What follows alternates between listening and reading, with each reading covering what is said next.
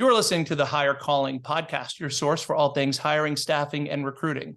I'm Pete Newsome, and my guest today is Elizabeth Eiss from Results Resourcing. Elizabeth, welcome. It's great to have you today. Oh, Pete, thank you so much. I'm really glad to be here today. Well, we've had a fun time talking off camera and off prior to recording. So now we just have to keep that going. Now that we're recording, we had to stop and say, all right, we're going to miss all the good stuff if we don't get this going, right? Share it with the world. Yep. Well, so I told you that I'd ask you to introduce yourself and your organization, because you're going to do a better job than I can. So why don't we just start there so everyone knows, what you and your company are all about? Okay, great. Well, thank you so much.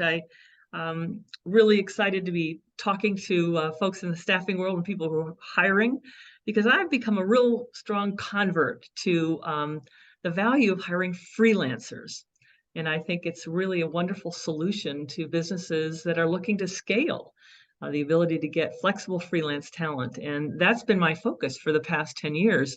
I was in the corporate world for a long time and up and joined my first startup 15, 20 years ago. And I was hiring a lot of freelancers, and I found they just added tremendous value to the businesses that I was consulting with and working with. And so I basically decided to become a staffing platform that focuses on freelancers. And I help small and mid-sized businesses, including solopreneurs, hire vetted virtual freelancers that can help them scale and take all the admin stuff off their desks or the specialization they might need using social media or CRM, so they can get back to what they do best and outsource the rest. And I should say I kind of stole that quote from Peter Drucker, who said that in, I think, the 1950s. So he was way ahead of his time. But it's rings very true today, right? And we see that, and anyone in the staffing world better believe that too, yes. Right? I've said so many times over the years, there's a reason I don't change the oil in my car. I could,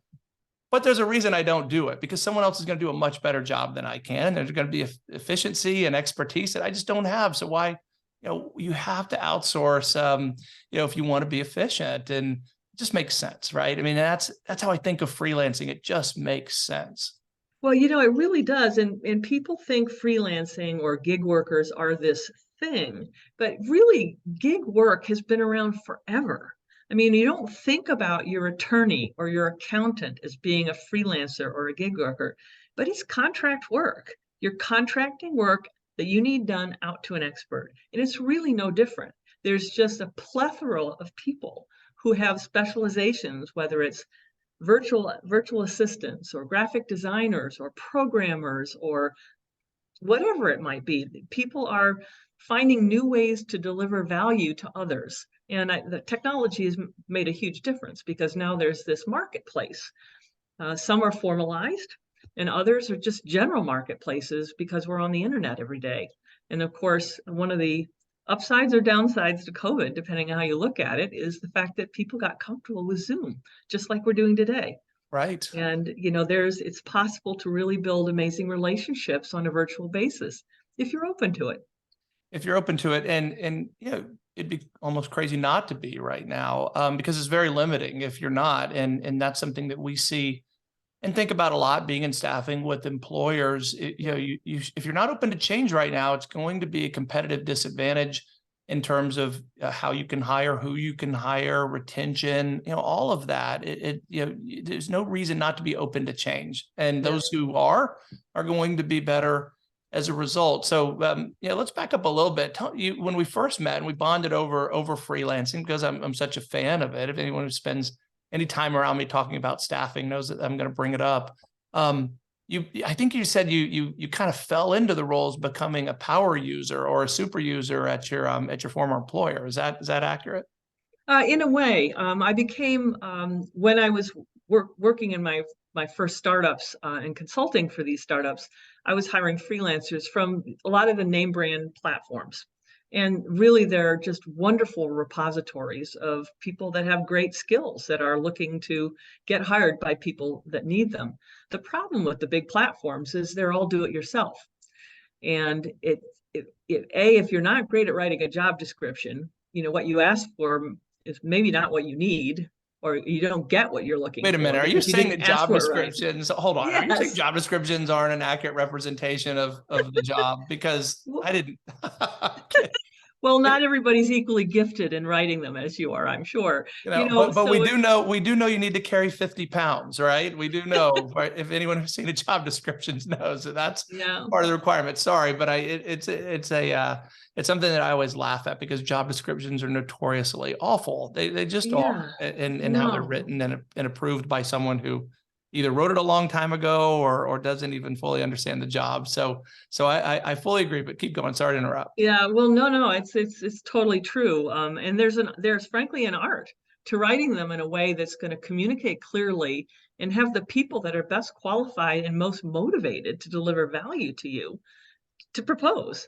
And so, you know, I really think that job descriptors aren't so much of a defensive tool as an offensive tool. How do you get the message out, what you're looking to deliver to the market, and how someone could contribute to that so they're motivated to join your team? You know, freelancers are not necessarily in between jobs. They're professional freelancers today. Many freelancers are small business owners and Yes. they're not looking to be an employee. They want to run their own business, be their own boss, do the work they love. And you know, and if it matches you know your job description, the value you need from them, and then it's perfect. Many relationships between hirers and freelancers go on for years. They're just not full time. They're just zeroing in on the work that needs to be done. And so you know, to me, it's a lot of work using those platforms, starting with the job descriptions, but then once you put some keywords into these platforms, you might be matched with 5,000 profiles. Right. And who has the time or the wherewithal to look at that? And there are always filters which reduce the number of profiles, but it's still labor intensive. And going back to what we said a moment ago about do what you do best and outsource the rest, unless you're in the staffing business, that's not what you do best. So it's not a great use of a business owner's time to do that work. So to make a long story short, that prompted me to build Results Resourcing, which is a technology staffing platform focused on the business owner that wants to hire great freelancers, but doesn't want to do it themselves. So we're a staffing agency with a staffing platform uniquely focused on finding, vetting, interviewing, and curating freelancers to make great matches for small and mid-sized businesses. Well, I think the market has become so big, and I'll let you. I've seen 60 million freelancers in the U.S., 70 million. What's the stat that you've seen recently on that? Well, it's really depends on your source. I heard LinkedIn talk about some 900 million users, but because we are LinkedIn recruiters, because that's one of our main sources of finding freelancers, there are innumerable people that list open to contract work Sure. behind the scenes. And so what we really see are people that have moved professionally to become small business owners and freelance full time as contract workers. But we also see tons of people that have side hustles. Right. Now, they may never fully migrate to being full time freelancers. Maybe it's a passion project, but they're great at something. But a lot of people are starting businesses on the side with the desire to move from being an employee to being a business owner. And this is particularly true of younger workers. Yeah. So A I want to ton ask of you. younger workers start businesses in college. I want to get you to define the difference there because the gig job versus freelance gets used interchangeably, and I tend to think of them as different paths, right? Or even though that it is all under the freelance umbrella, but you mentioned that there are people who do this as their career choice and stay there as an independent freelancer, but that's different than someone who has a side gig in my mind, right? It is almost different types of jobs, kind of, right? But then you see a blend there too, where there's so many people who drive Uber, for example, on the side, but then there's a very large group of people, I don't know what the numbers are, who now do that as their full-time job. So I think of it differently, but it all kind of gets blended together now too. How do you separate that, or do you separate it? You know, I actually don't separate it anymore because I don't know where to draw the line. But what I do is when we're working with clients who want to hire, we get clear on what their likely need is going to be, from how much dedication, how many hours, just what is it, the difficulty of the work that they might have. Because some freelance work is quite complicated with project management or whatever it might be. And so to me, it's more a matter of what time are they going to dedicate to a client and how many other clients do they have? Because someone might have a side hustle, but if they have a full-time job, they don't have the capacity to be responsive or give a lot of hours to one or more clients. And so to me, it's more about the volume and complexity of the work and the need to be responsive that is a driver to me. And people that have become professional and they're individual business owners now, they're building, frankly, they're hiring freelancers. They're building systems and processes to run a business Right. just like anybody else. And so to me, it's that kind of continuum. And it's when people are really focusing on that contract work as their primary driver of income or fulfillment, and they're dedicating more and more hours so they can be responsive to the company that hires them. And even freelancers hiring freelancers. Yes. Right? I mean, I consider my SEO consultant both in many ways a partner in the business. She's certainly a freelancer, but she has others who work for her that do other tasks. And I think what a cool what a cool thing, because the rules are changing. I guess they have changed, right? Not everyone realizes they've changed yet, but they have, where there really are no rules anymore. It's about doing what makes sense in any specific situation. And that to me is what's so exciting about this marketplace, because it is just about doing what makes sense. And that's often hard to achieve in traditional corporate settings. It is. There's so many structures in place in corporate settings, and it's one of the most fun thing about being an entrepreneur. I mean, the buck stops here, but at the same time, it's very creative and it's flexible. And that reminds me of the business evolution that the journey we've been on. I mean, when I started the platform and the service, we were all about custom talent pools, because I believe that our clients needed to have the best talent for whatever it was they did, and that should have choices. And so we would, and we still do, curate custom talent pools, work with a client to describe what they need, and then we go find it. We proactively go find 3 candidates, and it takes us about 3 weeks to do it. But it's not because it takes us this long. It's because the best freelancers don't apply right away. They're busy, Right. they're going to be picky. They're going to choose their client, just like full-time employees are doing these days more and more. And so that's a chunk of our business. But increasingly, I found from people that they actually didn't want custom and they didn't want a choice. They wanted somebody that was skillful, reliable, and nice. Those were the 3 things. And so we built a whole other set of programs that we call on-demand jobs, which we have pre-vetted relationships with lead people in different functions like virtual assistant or executive assistant or bookkeeper or social media, whatever. And we basically just pre-assign people. We assign our clients to those people depending on the needs.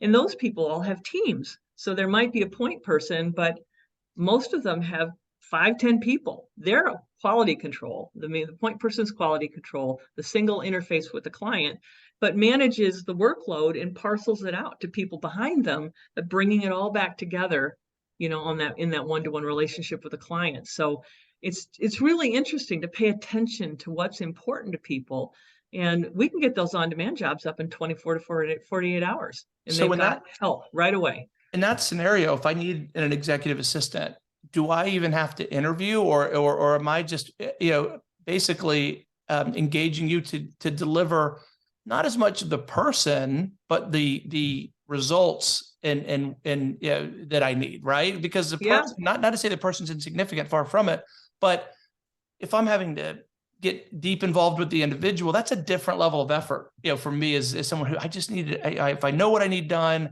I want the work done.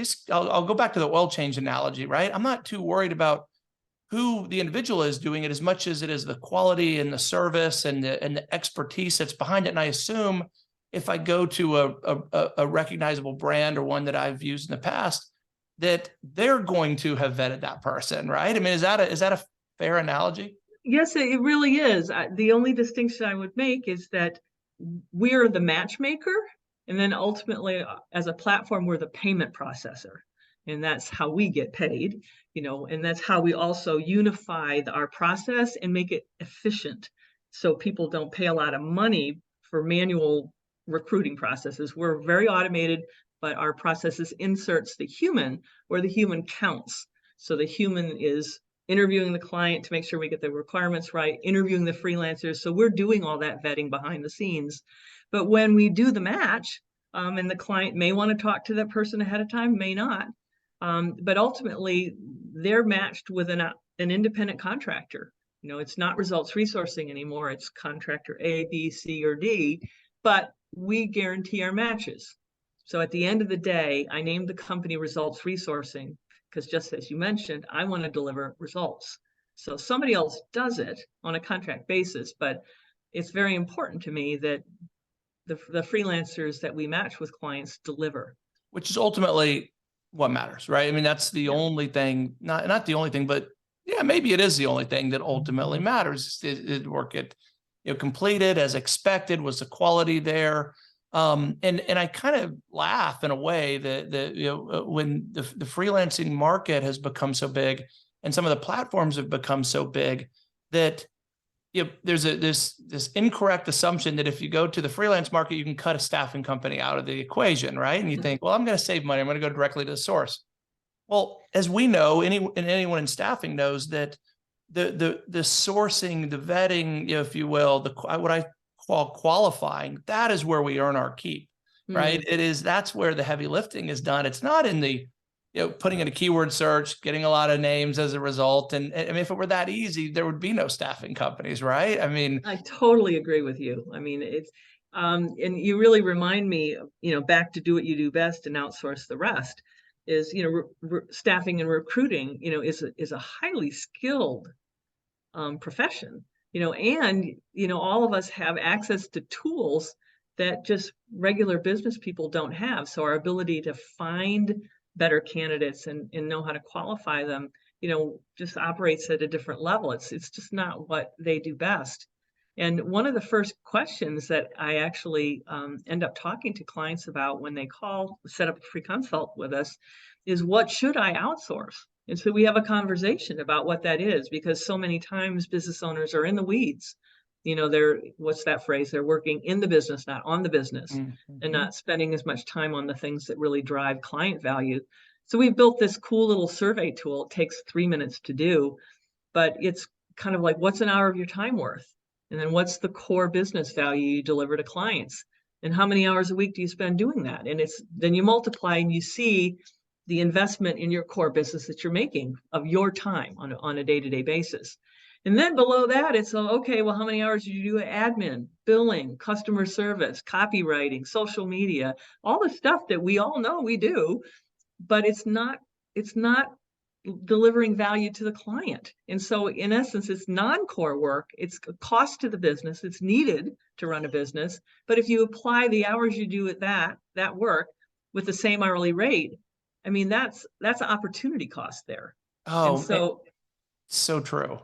So true. I mean, penny wise and pound foolish comes to mind, right? Yeah. And there's, I'm not sure if you're familiar with Naval Ravikant, who is someone that I guess if you would consider himself a philosopher, he's a bit of a someone who is just he founded Angels List, and I'm a big fan of his. I mean, the way he looks at the world, and one of the things that I heard him say quite a few years ago, which I've applied, is to put a value on your time. And to put a very high value on your time. And it was something that he claims that once he started doing, his outlook changed and his level of success started to really climb. And so I started doing that. And it's fascinating to see if you buy something at the store, let's say for $20. And that's a number that no one wants to throw out something brand new for $20. But if the trip to the store took 30 minutes, right there and back, or there, and then you had to come another 30 back. Is your hourly, expenditure of time worth more than $20? In almost every case, it's going to be yes. Therefore, you shouldn't go back. You shouldn't return it. You should consider just, dropping it off somewhere, giving it away, whatever. But once you start applying that logic, it really does tell a different story of how your time is spent. And we know, as we are kind of alluding to now, is that sourcing and screening of candidates is so time consuming. I mean, if you're going to do it right. Yes. And so that is something that I think people from the outside who haven't recruited don't really appreciate. That it is all. I mean, you either get that part right or you suffer the consequences. Finding candidates is relatively easy by comparison. Yeah, no, it's almost everyone we talk to, it has some sort of a horror story about using a bad hire, and lessons that they learned. And to your point about the hourly rate, on the survey that we just keep collecting data. We don't use it for marketing purposes or anything like that. We're just interested in knowing, but no one ever puts $10 an hour down, as their hourly rate. No one ever does. And we see people, because we do track the IP addresses just for different, individuals that are doing this. And we see people taking it multiple times at different rates and different allocations of time. So you can see the wheels are turning. Interesting. As they start to think about how they use their time differently. But, at the end of the day, unless you're an HR person, recruiting and staffing is not your core business. And, and it's a perfect thing to outsource to a business partner that you trust, will understand your business and really have your back, in helping you staff with the right kind of people, whether they're full-time, or freelance. It's really the gamut these days. And to have someone to know who you're working with, right? Which you don't get on these massive platforms where you're just kind of on your own, right? You're providing that extra level of service that wouldn't otherwise exist when hiring a freelancer, and that's huge. Well, a lot of those platforms have those services, but they reserve them for enterprise clients. Right. Well, so I've been a pretty big user of freelancers over the past few years, and I didn't even know that. So if they have them, like you said, you have to. They're not readily available, perhaps. Yeah. No. I the only reason I know is, and then probably not all platforms have them, but when I was a power user of platforms in the early days, I actually had a subscription. Okay. But then I was deemed too small, and they kicked me off the program. But it was okay because it inspired me, and it said, "Oh, well, I think I can build a platform that automates everything, but inserts the human. So small and mid-sized businesses can get the help they need." Absolutely. That was really, and that's what inspired me to build the platform the way I did. Yeah, it's such a necessary thing, and at such a necessary at the right time because of where this market is heading. Now, I shared this with you when we first met. I'm going to say it again, maybe put you on the spot a little bit, that because I think of freelancing as taking all of the bad out of the employee-employer relationship, which I think has come to just cloudy, make cloudy the nature of that relationship today, where there's so many more expectations put on both the employee and the employer than just simply performing a service based on having a skill set, placing a value on that skill set, combining that with a business need or a need for a certain amount of work at a certain level. Like that's the basis for the work relationship. Yeah. But now there's so much more to it that I do record a lot with an HR consultant who actually works for me in my staffing business, and I make fun of him all the time and say, that's why HR departments are so big, is because of all the extra stuff that has absolutely nothing to do with the work that needs to be done and the person that needs to do the work. Now, do you think that is a fair assessment, that freelancing is just a healthier way to work? Well, I'm biased, but yes, I do. But I also have to say that it's not for everybody. I mean, people that are successful, frankly, business owners, are motivated by some passion, and they have some organizational ability, they have something unique to offer to the market. And I think successful freelancers are similar, but it's just something different. It could be as an administrative assistant, seems like a generalist, but it's a high level skill set, from accurate data entry to understanding how to set up CRM systems. There's really quite a bit to it. And I think that people who are successful freelancers have figured out how to run a business, and they know that they need to really satisfy their clients. And some of that time satisfying clients is helping the client get organized. And so they need to provide structure, to the relationship. So I think that one of the problems in corporate America, having spent decades in it, is, there's so much structure and procedure and protocol that people get dependent on that.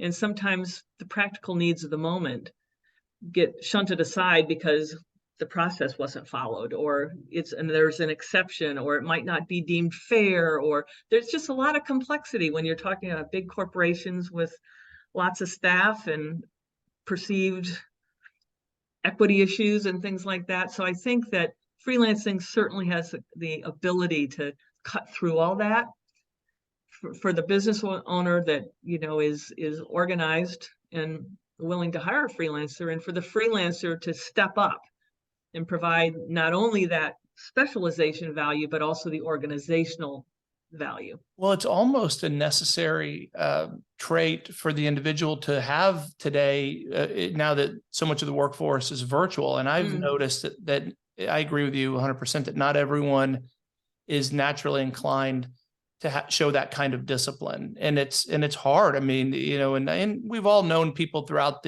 our lives that we think you need structure, right? Is how we'd say. This is someone who requires structure. It's a nice way of saying they're a disorganized mess, perhaps, right? But it's not uncommon either. I think a lot of people are struggling right now. This is a little off topic, of course, but with being virtual, and this is a common topic for anyone in our space, where what's happening right now with employers? Are they making employees come back to the office? Who is, who isn't? Pros and cons, all of that. And I ultimately think it's more about the individual than it is about the work function, where there are some people, and hopefully they can recognize this in themselves, who just who aren't as good if they're not in that structured environment. And I think those are the same people who wouldn't probably really be inclined or thrive in a freelance market, because that's even more exacerbated, right? If you quite literally don't have anyone setting your schedule or anyone to be accountable to. I mean, I don't know what the statistics are or why most businesses fail, but I think as a business owner, first of all, you better have that, right? You better have that discipline and an ability to not, just goof off when you should be working. But freelancers, the same thing. I don't know. I just think there's a lot of crossover there right now, just working remotely and being freelance.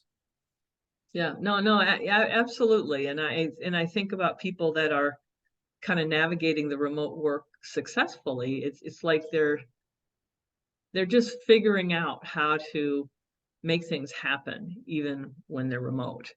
And not that I'm the example of this, but at one point early in my career, it was long before we had the internet and web conferencing and things like that, I had a territory with 3 offices. And I didn't think twice that was a problem. It was like, okay, there's phones. I get in a car. It's just, okay, how am I going to build bonds with the people in the other offices? And I just made it happen. Right. It wasn't some huge problem. It was just, all right, how do I handle this? And even my lead developer with my results resourcing platform, we have been physically together in the past 8 years, maybe 20 days. He lives in Europe.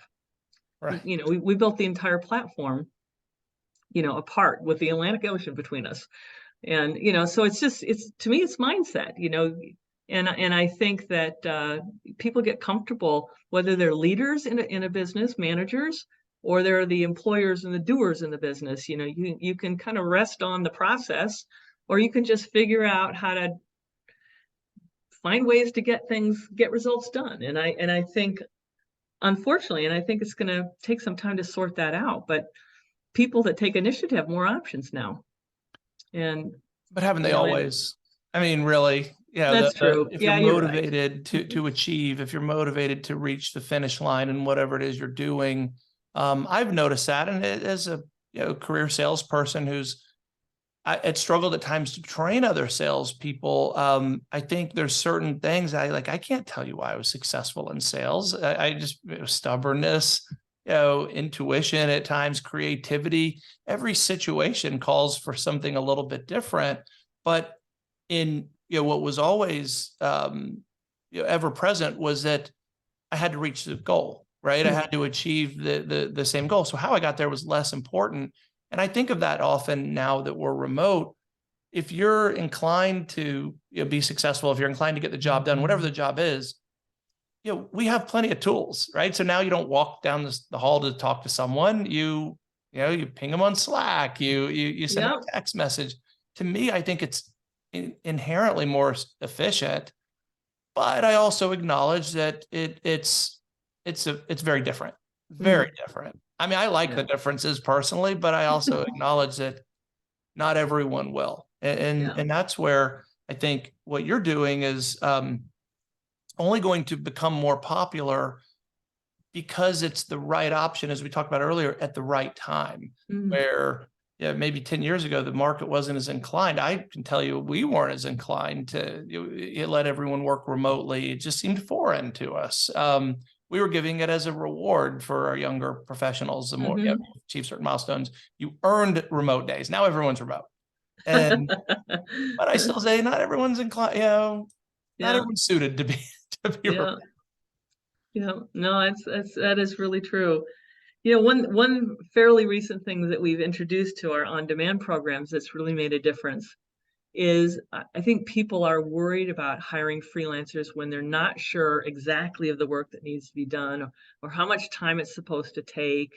And and so we've structured these new programs really with no minimum time commitments, because you can Right. hire a VA firm, for X hours a month, but you're making a capital commitment, and sometimes the hours don't roll over if you don't use them.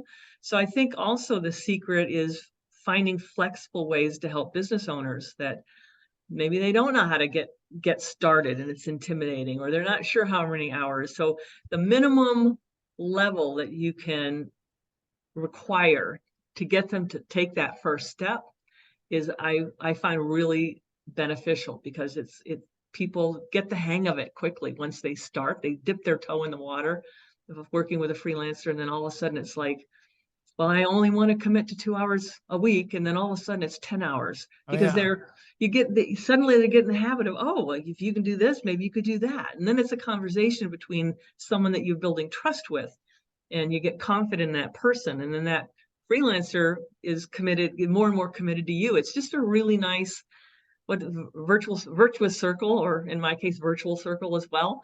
To see people growing together to deliver value to a business. It's funny that you would say this. Just last night, I had a conversation with someone I'm considering hiring for, who has branding expertise, and it's something that we're considering getting some outside help with. And he said, just you can hire me for an hour a week, and it sounds like nothing, right? But Interesting. there's a Yeah. lot of value that can be packed into that.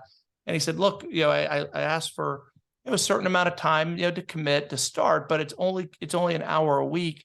And at the point you decide you don't Interesting. need me anymore, then you don't need me. Or I kind of laughed when he said it, because that's effectively how my relationship began with my SEO consultant.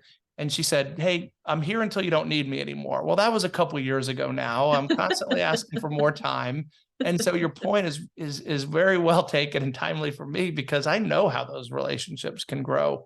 But it also makes sense to, at times, to start off slowly, right? Because you don't know if you're going to jive with everyone. Yeah. You don't know if it's going to be a great, just natural, comfortable fit. But I agree with you 100% there too. Once you start, you realize how effective and beneficial it can be. It just grows from there. Yeah. Well, it's funny, but isn't that true of almost every human relationship? I mean, whether Yes. you join a new unit, or a new company, or whatever it might be, or you're a new leader.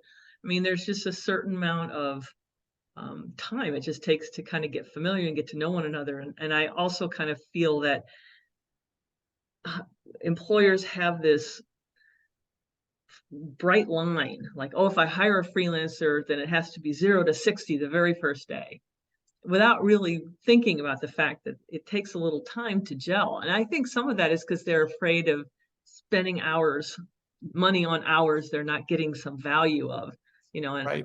a value from. So I think that, you know, trying to provide like your people, or just an hour of work until an hour a week till you don't need me anymore. It helps people go, okay, no one's going to take advantage of me. Let's just trust this relationship's going to go where it's go somewhere good, and kind of let it happen.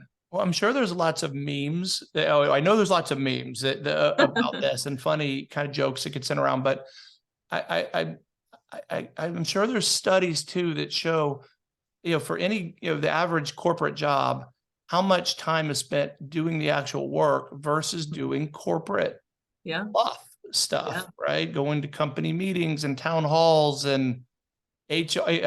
Sorry for HR. I always end up yeah, doing this unintentionally, but things that just are necessary and required, either because the government says it's required or some corporate person at somewhere along the way decided that it was necessary, that has nothing to do with the actual job. And there's a balance, I think, when it comes to job satisfaction, people who want the community and the culture that comes from being part of an organization, but many people don't, right? Many people want to just come in, check out, and you don't really have that option in a corporate setting, right? If anything, it may damage your ability to thrive, or how your reputation would be in that organization. But freelance to me is all about efficiency. So yes, there may be, of course, there's going to be some warm up time. There's going to yeah. be some training time that comes in anything new, but after that, it's all gas, no brakes, which I think is, I just love it. I mean, I just think it's such a great way to work in almost every case. No, I think so. And since most freelancers are virtual, it adds to the pressure to deliver, because the visibility is going to be in what you deliver, the That's results you great deliver, point. not just walking around. You're not going to see somebody walking around to kind of give them mental credit for being here. I mean, it's like at the end of the day, you want people to reach out through Slack or whatever tools there are, but not to waste anybody's time, but just to move the ball forward. And at Um, the end of the day, you want to put points on the board, and that's really what freelancers are good at. and points where it counts, right? I mean, when Yeah, I think of my first corporate job, where I was in, Cube Farm, and the staff level folks would pop up like groundhogs to see if their manager was there. And once the manager, then the managers, once I became a manager, you'd pop up to see if your director was there, or the VP was there. It just would go along. So once the VP left, the directors could leave, and then the managers, and nobody was working at that point, right? Everyone was watching the clock, waiting to go home. And so those sort of just wasted things really get taken off the table on both sides. I mean, that's the yeah, thing that I always go back to when I think of freelancers, that it's a win on both sides, right? The whoever's paying for the skill that needs to be delivered isn't really wasting any money, and then the person isn't having to waste their time unless they want to, right? And again, if you yeah, want to be part of a big, kind of kumbaya culture every day, and that's rather than be independent and on your own, okay, that's fine. yeah, But I don't think totally. most people do. I think most people would rather be anywhere in the world they wanted to be, where they could work. And that's another, just, I think, incredibly cool aspect of what freelancing has offered, is that like you said, your developer can be in Europe. Okay, cool. Like, who Road trip. cares? Yeah, I love it. I try to go Well, see him once a year. yeah, a good excuse, right? Well, tell me this. So, what could you kind of name just some of the most popular roles you think of if someone is new to freelancing? What would be the sort of the easy on ramps, that you would recommend for someone to consider starting with? Just common and popular roles. Um, that's a hard question. and there's studies that are published regularly on the most popular jobs, and I would probably actually encourage people to search, because it depends on whether you're delivering a business skill or a creative skill or a technical development skill. You know, it's just keeping with the technology, the software analogy. There's so many new technology languages and or apps or whatever it is coming out that I think I would do a disservice to say it's one particular thing. So I would encourage people to do some searches, for free, what are most popular jobs, and the big platforms all post those kind of research statistics, what's being asked for most. And in fact, I think that's also a good thing to do, is to go to the big platforms and type your preferred skill in as concisely as possible and see what shows up. You'll see all the other people that are supposedly similarly skilled and how they're basically positioning themselves for work. And so, that to me is the best way to kind of get a feel for what of your skill set could be valuable, Sure. as freelance work. But I would say that as a general rule, what I see clients coming for is kind of like Maslow's hierarchy of needs, if you will. And what I see most, at least solopreneurs and smaller businesses coming first for very tactical things. They need an admin. They need bookkeeper. They need, it's really the nuts and the bolts of making the business run that they need help with. And of course, not if you're brick and mortar, not everything can be outsourced to a virtual worker. You're going to have to, sort that out. But once they get that done, then the next thing they come to is what I would call social media and marketing kind of roles. Yep. They got the tactics down. Now it's like, how do I spread the message to get more business in? And then only after that do I really see clients looking for more strategic roles. Or certainly business consultants would almost be the next level, or Sure. fractional CFO, CXO type roles. So it's, I think of it just kind of I think of it as kind of a projection of maturity. People dip their toe in with tactical things they can measure. Was bookkeeping done right? When you get to social media and marketing, there's a bit of a black box. There's a little leap of faith. I don't really understand all these algorithms and how they work. Is somebody really, and it takes time, Yes. minimum 6 months investment to get some of the stuff done to really work. Your website may not be set up for SEO properly. There's just so much to it. So you really have to trust that social media marketing kind of person at the next level. So I really see it kind of as a trajectory, learning how to outsource, learning how to trust and manage an outsourced relationship. But it's starting with tactics and gradually moving up the scale to more strategic work.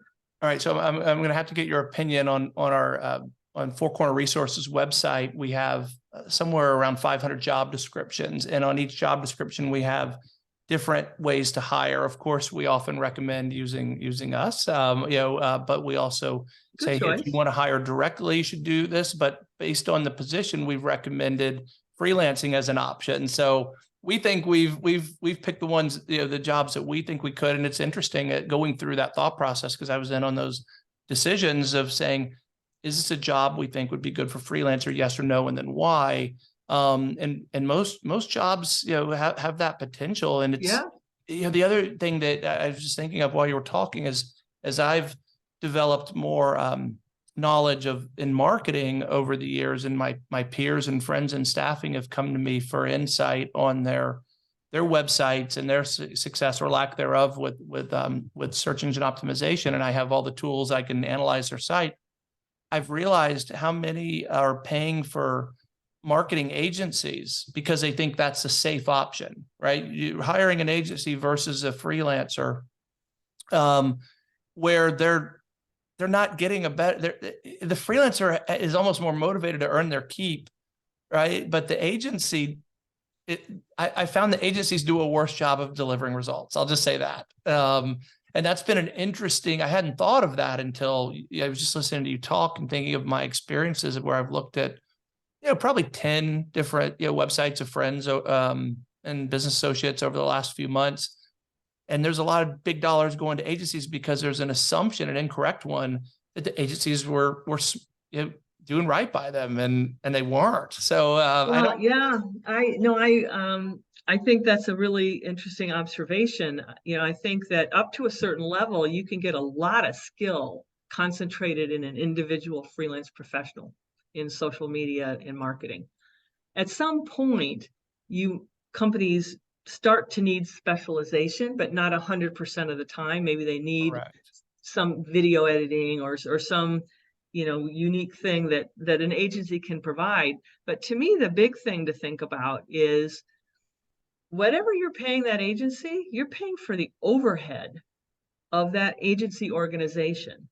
And if they're in any kind of thing, you should be looking for, show me the results you've produced for other people.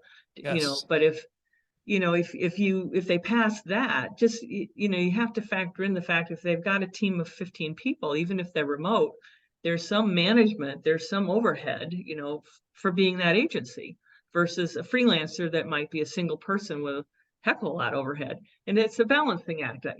It all's going to depend on the circumstances, and there's some fabulous agencies out there, and and there's some not so great freelancers out there too. But it kind of boils down to that vetting process. And in fact, we, as really circling back to the very beginning about contractors that might be your attorney firm or a CPA, we end up vetting agencies too, because sometimes a freelancer just isn't the right choice. They don't have the scope of capabilities that the client might need. So, to me, it's all contract, whether it's an individual or a small agency. Sure. And like you said, the best way to do it is to look at their past performance, their work, see what they've done in the past. I just have been surprised, I guess, by what certain companies, agencies are willing to sell and put their name on when they've been completely void of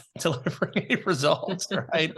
But I think, generally speaking, there's an assumption that you place upon having an incorrect one, like, again, as an established organization, to think it's safer. And I don't think it is at all. In fact, I could argue, and I have, that an individual who's willing to put themselves out there and only eat what they kill, so to speak, that's a motivated individual who has to perform. So I think there's a lot of benefit to choosing a freelancer first over a big organization. Yeah, no, I think there's some truth to that. And I think that I've seen it more with creative agencies, but sometimes you have to think about, how did that agency come together? And sometimes it's a group of people that simply like to work together. Right. Not necessarily that they're all equally top line skilled, but they enjoy working together. And, so there's pros and cons there too. You might have a group that you get along with, but they're not equally talented. And, so I think you have to be a little tougher, in your evaluation of the capacity of an agency to deliver. Well, and you're you don't know who you're working with too. I mean, this is a little bit off track, but years ago, as I was really becoming enamored with digital marketing and learning about it, there was someone who was very prevalent on YouTube and on social media, and I would listen to this person's advice and ended up hiring their firm. And needless to say, I was not working with the person in the videos, and it was a awful experience. I mean, it was a very quick end to this relationship, because it was almost like the public success forced them to grow probably too fast, and so it was almost like they outkicked their coverage, so to speak. Use a sports analogy, and it was shockingly bad experience. And so, again, with the freelancer, I'm working with the leader of the team, because that's right. Right. And so I know who I'm getting. And so I've never really thought about it until this particular moment, but there's a lot of benefit and value to that too, where you don't want someone to pass the buck. You want the best person you can find for the job, whatever that job is. So that's true. And that's partly why we set up our on-demand programs the way we did, whereas you get a person that is responsible to you and for the results. So even if they might hand off something to a spreadsheet specialist or something like that, that's coming back through that person that's accountable to the client. Nice. There's only any one person only has so many hours in the day. So how do you expand the capacity of someone that's gifted in client relationships and getting things done and organized? And having a team is valuable, but at the end of the day, the buck stops with the person that's working with the client. Yeah, you have to have someone to hold accountable. In this, it makes so much sense. Well, Elizabeth, this has been great. I promised I wouldn't keep you all day. Oh, it's been can everyone get a awesome. hold of you? Huh? It's been awesome. It's been very fun. Well, thank you so much for your time. Now tell us, we'll put this into show notes too, but how can someone get a hold of, reach out to your site, give us a URL for it so they know where to find you. Okay, it's resultsresourcing.net. And just think about, we resource results. And so that's what the company is called, because that's what we're all about. And you can find me on LinkedIn, Elizabeth Eiss, EISS. And that would be it would be great to hear from anybody that wants to chat. And we do start our roles, all of our engagements, with a free job consult. And so I'm not about selling, I'm about making sure we're a fit for you and you're a fit for us. And so I end up having a number of conversations with people just about what's going on in their world. And just like today, how does a freelancer fit in to your organization? And if what we do and the freelance options work for you, great. If not, then you're walking away with more knowledge about how to operate in a very dynamic talent world. So would love to chat with people that are curious to learn more. Perfect. Well, thank you again so much. And if you have any questions for me, of course, we always appreciate if you will review and rate us highly, of course, but reach out anytime, calling at fourcornerresources.com. And thank you for listening, and look forward to being back on the air again soon. Elizabeth, thanks so much.